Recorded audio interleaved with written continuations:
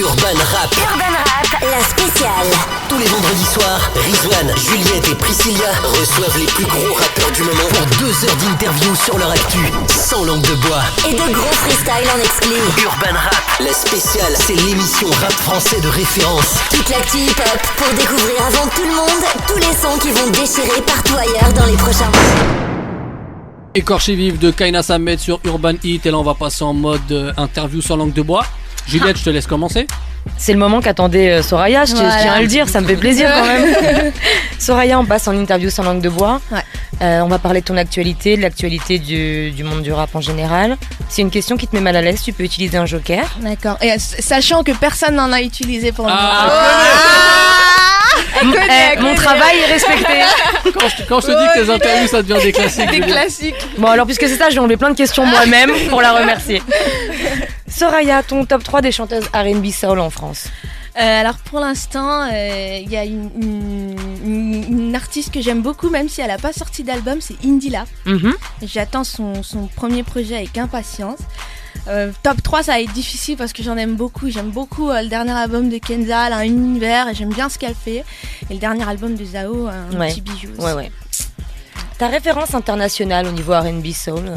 R&B soul, je suis de la génération 84, 85, 86, donc Mariah Carey, Christina Aguilera, Destiny Child. Bien sûr. C'est tous les petits classiques, tout ce qu'on a écouté. Du vrai classique. Ouais. Ton top 3 des rappeurs français? B2O. Ah bah on s'en doutait pas, dis donc. B2O, voilà. Vous avez écouté son dernier album Futur? Ouais. Mais on n'en parle pas pour le moment. On attend, il va prendre ta place dans quelques temps. Voilà. Et son album Terrible. Il y a qui? Bon, il y en a plein que je kiffe. Kerry James, Tunisiano, Youssoupha. Je pourrais pas donner un top 3. Je les apprécie tous. Ils m'ont tous fait plus ou moins rêver. J'écoute pas que des chansons que d'un seul. Je les écoute tous. Même si j'ai mes petits préférés. Ouais, ça va être difficile. Et donc j'imagine que tu aimerais collaborer avec certains rappeurs, même ça doit être bien. Bien sûr. Ouais, j'aimerais bien collaborer avec plein de rappeurs parce que là j'ai eu la chance de faire des collaborations avec des rappeurs de ma génération. Mais j'ai pas eu la chance de faire des rappeurs avec les anciens, des mecs comme Tunisiano ou Psychiatre de la Rime, cette génération-là qui m'a fait rêver aussi. Et justement, qu'est-ce que tu penses des rappeurs tels que La Fouine ou Maître Gims ou LECK qui chantent beaucoup maintenant Mais je trouve que c'est terrible, c'est ce qu'il faut faire, ça amène un plus dans la musique et c'est beau quand c'est bien fait, c'est beau, ça passe super bien. C'est vrai qu'à une époque, on faisait appel aux chanteuses R&B pour les refrains, maintenant les rappeurs font eux-mêmes les refrains chantés. Ils ont plus besoin de nous et puis nous aussi, je crois que les petites chanteuses elles commencent à kicker un peu aussi de leur côté. Et toi tu kicks un peu? J'ai essayé sur un son qui devrait sortir dans pas longtemps, je n'en dis pas plus tant que c'est pas fait. D'accord. Une petite surprise, on est plusieurs dessus et j'ai essayé de faire la meuf qui kick. Donc on verra, vous me direz si je suis crédible là. Ok. Bon, puisque tout le monde me pique mes questions, moi je vais rentrer chez moi. Donc je raye encore quelques questions. Beaucoup d'artistes R&B en France, on le sait, on le voit sur les Facebook, sur YouTube et tout ça, mais très peu sont exposés. Ouais. Pourquoi à ton avis? Écoute, je pense que en fait le R&B et le rap en France est quasiment invisible dans les médias. Enfin les médias, je parle des télés, tout ça. Grande écoute, ouais. Voilà, et c'est peut-être ça aussi qui fait que ça nous met des barrières. Parce que avant d'être signé, tout ça, je faisais justement partie de ces artistes qui bossaient, qui vont en studio, qui payent, qui font leur truc tout seuls et qui balancent ça sur le net juste pour faire kiffer ou gagner des likes ou des partages. Et on n'a pas forcément, ils n'ont pas la chance d'être exposés parce qu'ils n'ont pas les moyens pour. Mais ça va, contrairement à 10 ans. R&B c'est pire, parce que si tu regardes aujourd'hui dans le rap, on peut citer facile 15-20 grands noms de mecs qui vendent. Ouais. Dans le R&B aujourd'hui, Kenza Farah. Kenza, Zao, elle a bien vendu. Kaina Samed, des gens un peu exposés, mais c'est toi qui arrives maintenant. Ouais. Mais c'est quoi, allez, on va dire, ça dépasse pas les doigts d'une main. Et il y a combien de filles qui posent tous les jours et qui, tu vois? Ouais, je sais pas, je pense qu'après c'est une question de travail et d'acharnement. Il y en a plein qui s'acharnent et qui bossent, qui sont partout. Comme Kenza par exemple, elle est sur tous les trucs, elle arrête pas, elle fait des concerts. C'est ça aussi, être artiste. Et je pense que ça rattrape un peu le côté que t'as l'impression que ça soit pas super exposé, mais quand même à côté elles font des scènes, elles font plein de trucs. Donc ça va. Mais c'est vrai que t'as raison, hein, le rap est beaucoup plus... Est-ce que t'as l'impression, il y a eu la grande période du R&B où il y a plein de chanteuses qui ont débarqué, elles avaient toutes des noms en A. Kenza est restée, les autres beaucoup moins. Est-ce que t'as pas l'impression qu'aujourd'hui une chanteuse de R&B en France n'a pas forcément une super bonne image au niveau des journalistes, au niveau des maisons de disques et même du public? Je pense que le R&B, honnêtement, le R&B comme on l'écoutait avant, tu vois, il est mort. On n'a plus de ça, et j'ai plus l'impression que ça parle à autant de gens. Maintenant, quand on parle de R&B, il y a tout le temps des tonalités pop ou d'autres, tu vois, un peu variées. Oui, le R&B de Karine, Karine, il n'existe plus. Ouais. On l'entend plus. Le R&B de Wallen, on l'entend plus. Et je pense que même s'il y avait une chanteuse qui le faisait, je pense pas que ça parlerait tant que ça. On vit dans une génération où on aime bouger, on aime l'électro, on aime la house. Et c'est en train de... c'est qui marche en ce moment? David Guetta. C'est ça, il est partout. C'est dans l'air du temps, l'air du mix, comme dirait... Du coup, ça explique... Est-ce que pour toi, ça pourrait expliquer que des grandes voix comme Amel Ben, qui sont à la base des voix de R&B, partent sur des voix plus variées? Je peux comprendre. Je peux comprendre parce que ça parle à un plus large public. Et voilà, une voix comme Amel Ben, c'est notre petite Céline Dion à nous, Amel Ben.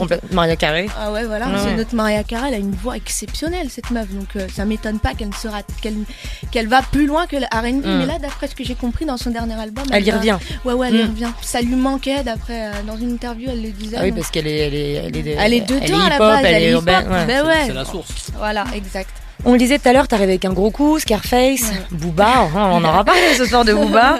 Alors déjà, très franchement, est-ce que, donc tu disais tout à l'heure, j'ai attendu d'avoir le bon truc, au niveau marketing, venir avec un morceau sur Booba, enfin une réponse à Booba, est-ce que ça tu l'avais calculé, que forcément ça allait multiplier les clics? Bien sûr, c'était calculé, je me suis pas dit à la base, moi j'ai fait cette cover pour avoir plus de buzz sur YouTube. Parce que j'avais sur Facebook, ça suivait, mais sur YouTube c'était un peu plus compliqué. Donc je me suis dit, pour que j'attire du monde, il va falloir que j'attire l'œil. Et bien sûr, je me suis dit, si je vais faire une cover, c'est une cover d'un artiste qui déchire avec une chanson qui cartonne. C'est pour ça que j'ai attendu, que j'ai pas donc c'était fait n'importe quelle cover. Ouais, bien sûr, c'était réfléchi. Est-ce que ça t'a attisé une certaine jalousie de la part d'autres chanteuses de R&B d'être arrivée t'arrives en force en fait avec un bien sûr, il y a toujours des rageuses et des médisantes, mais je calcule pas, moi je fais mon taf, je bosse, ça fait longtemps que je donne tout là-dedans, donc voilà, je calcule pas, chacun sa méchanceté et puis... C'est pour ça que c'était important que tu dises aujourd'hui, que tu expliques tout ton parcours, parce qu'on a tendance à dire Soraya elle est arrivée d'un coup avec un gros coup. Pas du tout. Donc il y a du boulot derrière, ça fait des années. Il y a du boulot, bien sûr. Je me suis déménée, j'écris mes textes, je fais mes mélos, c'est des nuits blanches, il y a du taf, c'est pas t'arrives comme ça et puis tu fais parler de toi, c'est rare ça. Tu connais toi une chanteuse qui déboule comme ça, qui fait un truc et qui cartonne? C'est rare. On croyait Soraya, mais en fait... quand tu fais des recherches, quand tu regardes, tu vois qu'il y a des sons qui sont là depuis déjà 2009. Et du coup, on a reçu en artiste masculin un peu comme ça, c'est Zifou qui est arrivé avec un morceau comme ça, et du coup qui a eu... qui dans le milieu peut être pareil, il y a certaines jalousies à son égard, et vous avez à peu près du coup le même parcours, il nous expliquait pareil que... Ouais, mais moi je sais pas ce qu'ils ont avec Zifou, les gens, moi je le booste ce petit, il fait son taf, il fait son truc bien, il est jeune, il a la patate, il a la niaque. Moi j'ai l'impression que Zifou c'est un peu le futur Lafouine en fait. Il est un peu dans ce même délire et puis moi je le booste. Les rageux, faut pas les écouter, il y en aura toujours, plus t'avanceras, plus il y en aura. C'est ça, malheureusement, c'est une mentalité qu'il y a en France. En Angleterre ou ailleurs, c'est pas pareil. Quand il y a quelqu'un qui réussit, derrière on veut te traîner. Et c'est malheureux, mais grâce aux supporters aussi, on arrive à avancer. C'est grâce à eux, grâce aux supporters Facebook, YouTube, Twitter. Quand on arrive avec un gros coup, c'est un gros coup travaillé. Donc c'est pas juste un gros coup pendu en... Exactement, c'est réfléchi, c'est travaillé, on s'implique. On parlait tout à l'heure du morceau Frères et Sœurs avec LECK. On a connu un morceau comme ça il y a quelques années. Avec Cynic et Diams. Ah, tout à fait. On nous l'a dit. Bah oui, on nous dit que ça. Oh, rien à voir. Honnêtement, on n'a même pas parlé de ça. À la base, quand on en a parlé du son, je disais ça serait bien qu'on fasse un son frère-sœur, tu vois, la petite sœur qui essaye de... Parfait, je me suis dit c'est ça, ça va coller, ça va parler aux gens, on va le faire et tout. Et on est parti dedans. Après, on a plein qui nous ont dit ça fait penser à Cynic et Diams. Ouais, c'est peut-être la scène au parloir, tout ça. Peut-être, ouais. J'avais pas pensé. Mais quoi qu'il arrive, c'est une super belle comparaison. Cynic et Diams, c'est quand ça. Même. Ce que j'allais dire quelque part. C'est super. Ouais, mais c'était pas un hommage calculé en fait. Vous l'avez capté qu'après. Pas du tout, mais carrément pas. Et tu as posé aussi, on parlait tout à l'heure de nouvelle génération, tu as posé avec Fababy. Ouais. Le duo que tu n'as pas encore fait, donc tout à l'heure tu as parlé de tes coups de cœur, mais vraiment si tu devais faire un duo là, sur l'album que tu prépareras, ouais. Un seul rappeur. Booba, on le dit ou pas? Ouais, on le dit. Booba, on lui passe un message officiellement? Franchement, c'est vraiment lui que je kifferais avoir. J'en parlais encore dans la voiture avec ma manager. Je dis, si j'ai Booba, je suis bien là. Je suis bien, mais bon, faut pas rêver. Hein. Il est dans le futur. Très bien, donc là je pense qu'il écoute. Faut qu'il nous écoute. Il écoute toutes nos émissions. Sérieux? Mais bien sûr. Donc je pense qu'il va capter le message. Il est déjà tombé sur une ou deux vidéos qui n'ont pas forcément fait plaisir, mais je sais pas s'il écoute toutes les émissions. Non, il les écoute pas toutes, mais on va lui envoyer celle-là. Super. Le dernier album que tu as acheté? C'est celui de Booba, Lunatique. Non mais là on a fait la promo de Booba. Sans déconner, c'est Booba et chanteuse Zao. Les auditeurs, c'est Soraya qu'on reçoit ce soir. Voilà. Hein. L'album qu'ils vont aller chercher, le P, c'est celui de Soraya. Soraya, t'as répondu à l'interview sans langue de bois, sans joker. Sans joker. Ça glisse tout seul, tu vois. Juste une question pour finir. Tout à l'heure, tu parlais de chouchou. Ouais. Si t'avais un chouchou du moment, pas définitif, en ce moment. Mon petit coup de cœur en ce moment, franchement, c'est LECK. C'est mon coup de cœur. Moi, j'ai eu la chance d'écouter son album. C'est le chouchou de beaucoup de demoiselles. Hein, ouais. Bah ouais, on sait pas qu'est-ce qu'il a. Il est célibataire. Hein. On va le recevoir. Je balance. Ok, bon bah le CK Big Up.